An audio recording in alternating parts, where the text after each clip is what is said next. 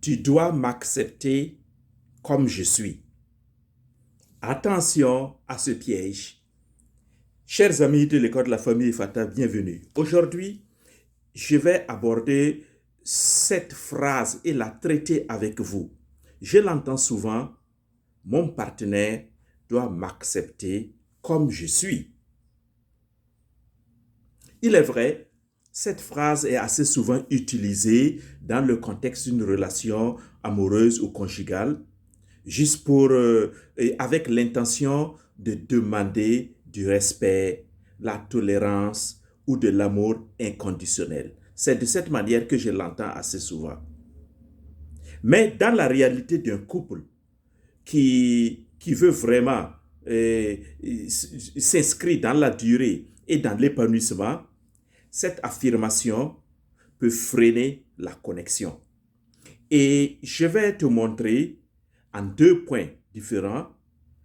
Premier point, et ce qui pourrait être vrai ou juste dans cette affirmation.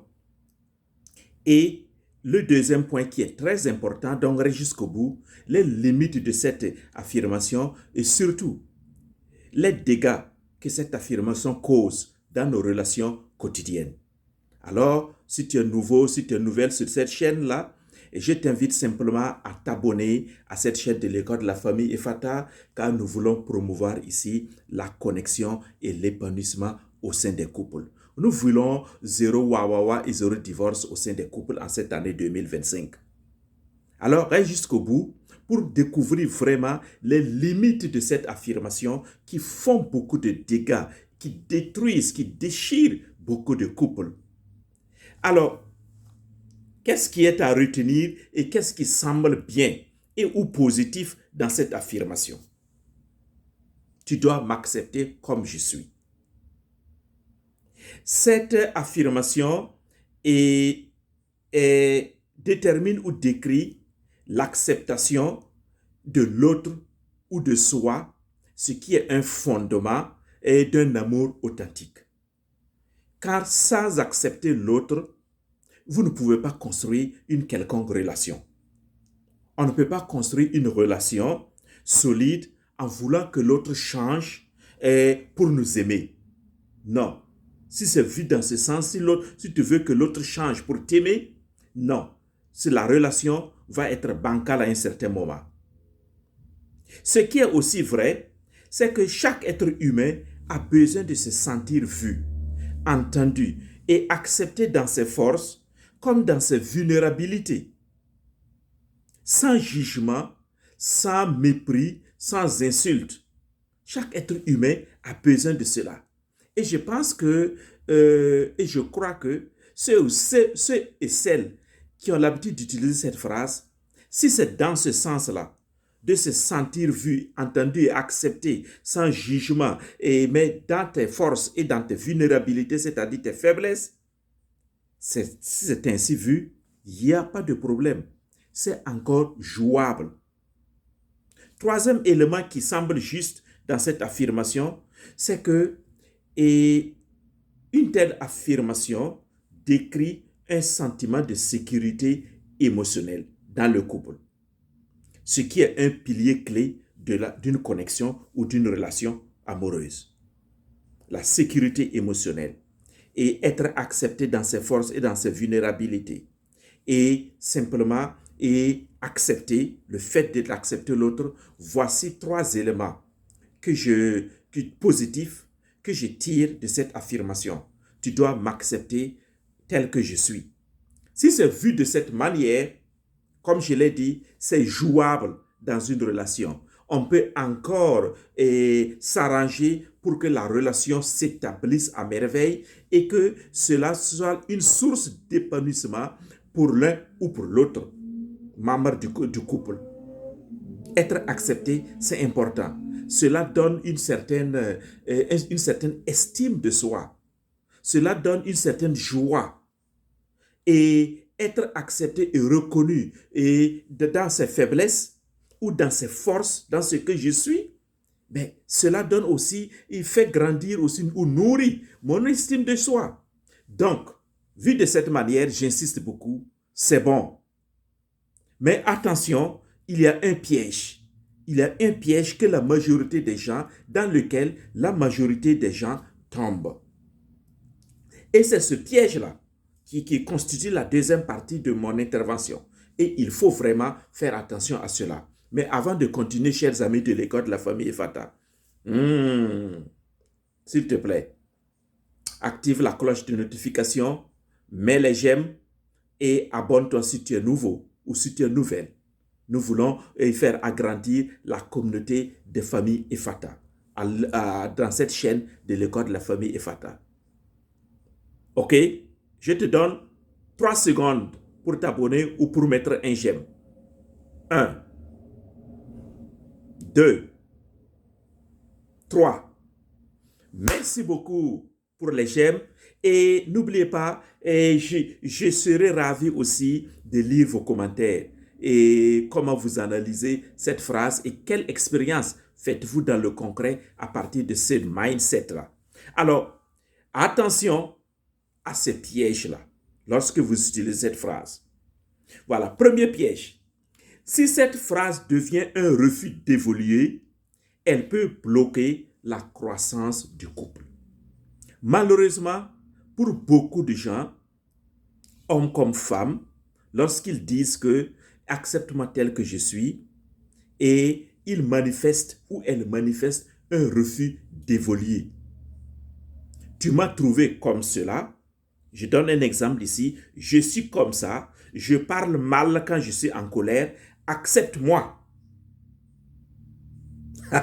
Vous voyez? Cela devient une justification toxique. Je parle mal quand je suis en colère. Ou bien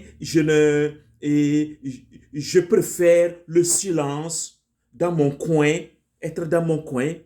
Donc, accepte-moi tel quel. Ou bien, le pire des cas, je suis un infidèle, accepte-moi tel quel. Ou je suis une infidèle, accepte-moi tel quel. Ça devient une justification purement toxique.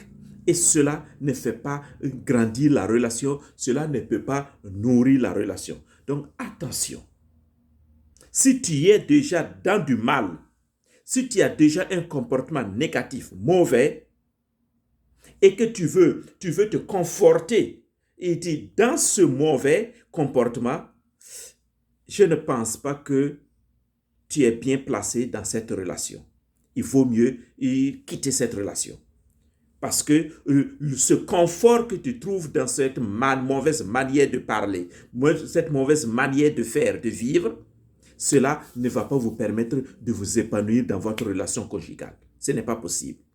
Donc, le refus, le piège ici, c'est le refus d'évoluer, le refus de changer, le refus de s'améliorer. Deuxième piège ici, cette phrase-là, accepte-moi tel que je suis, elle peut masquer aussi une immaturité affective ou un manque de volonté de collaborer. D'abord, une immaturité affective, c'est un piège ça, je vous dis, c'est un piège.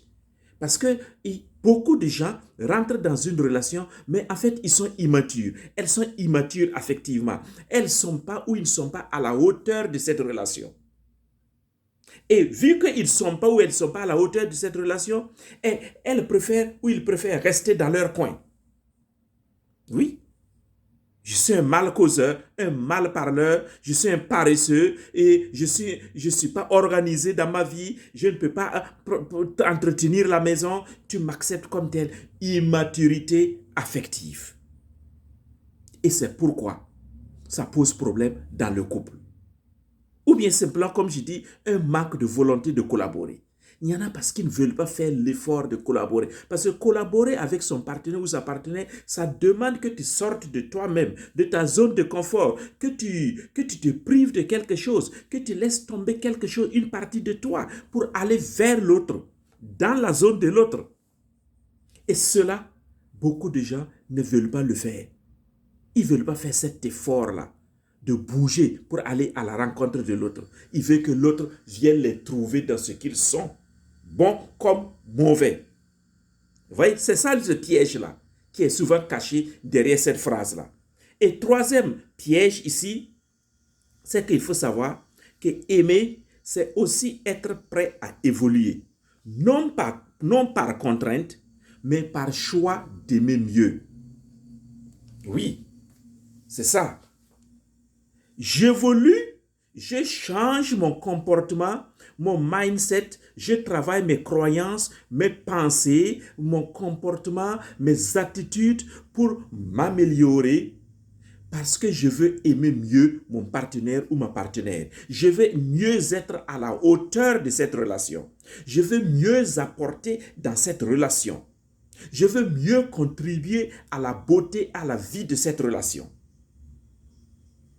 Comme un monsieur qui me disait un jour que lui, il refuse de changer, et or sa femme lui demande le changement, il refuse cela, et parce que lui, il est attaché à ses frères et sœurs, notamment à une de ses grandes sœurs.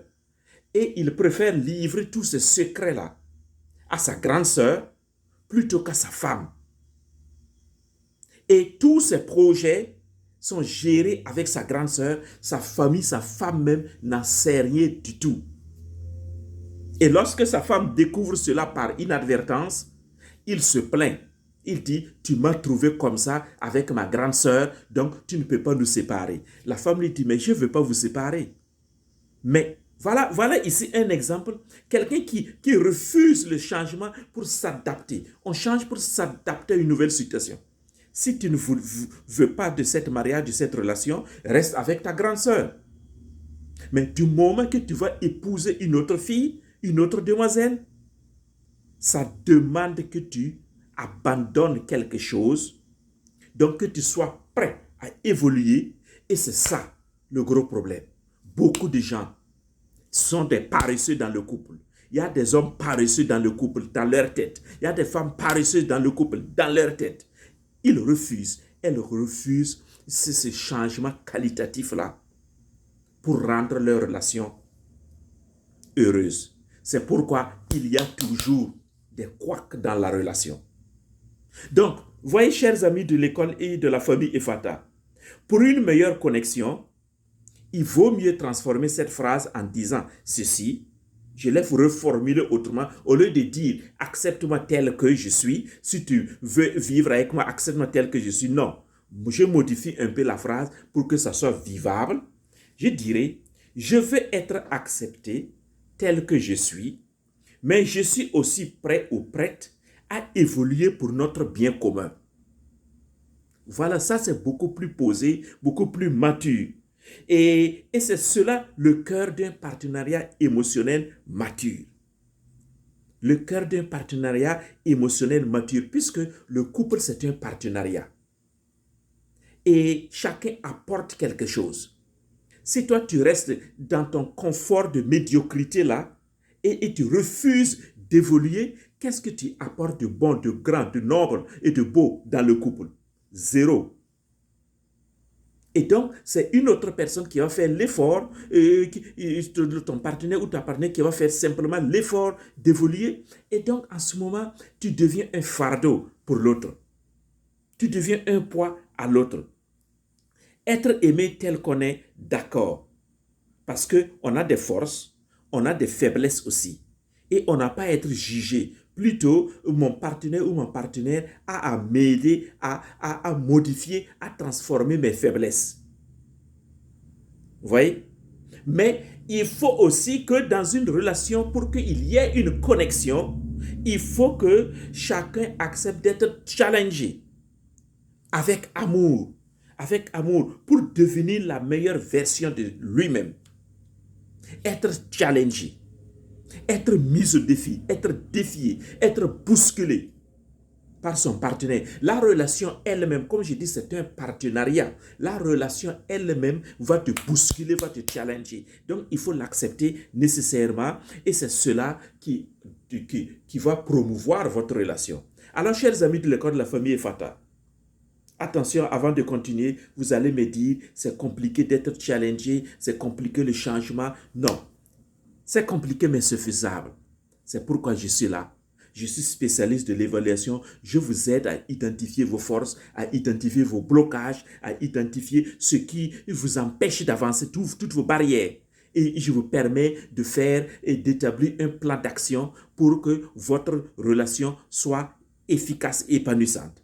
Alors, si tu veux continuer plus loin et prendre par exemple le test de l'évaluation, évaluer votre relation, je suis là pour vous aider. Je peux vous aider à évaluer votre relation et savoir et que vous allez avoir une vision, une idée claire de votre relation, une photographie ou une cartographie de votre relation. Vous allez savoir ce qu'il y a dedans, de bon ou de moins bon. Et à partir de là, on bâtit maintenant l'avenir. Le vrai amour accepte et invite à grandir. Écoutez cela. Le vrai amour accepte et invite à grandir. Il ne faut pas rester figé dans ce qui nuit à votre lien. Et c'est cela que je fais. Je vous aide en cela à travers l'évaluation, un outil internationalement reconnu par les psychologues et les thérapeutes et les conseillers conjugaux. Si vous voulez, vous prenez rendez-vous avec moi et je vous aiderai à prendre ce test-là. Ça ne prend pas du temps. Une demi-heure, 1 heure, ça vous suffira de finir le test en ligne. OK? Avant de continuer, connectez-vous, abonnez-vous, abonnez-vous, abonnez-vous et dites-moi ce que vous pensez de cette phrase-là. Et des limites que je viens de faire, notamment des pièges que je viens d'établir. Alors, à bientôt les amis.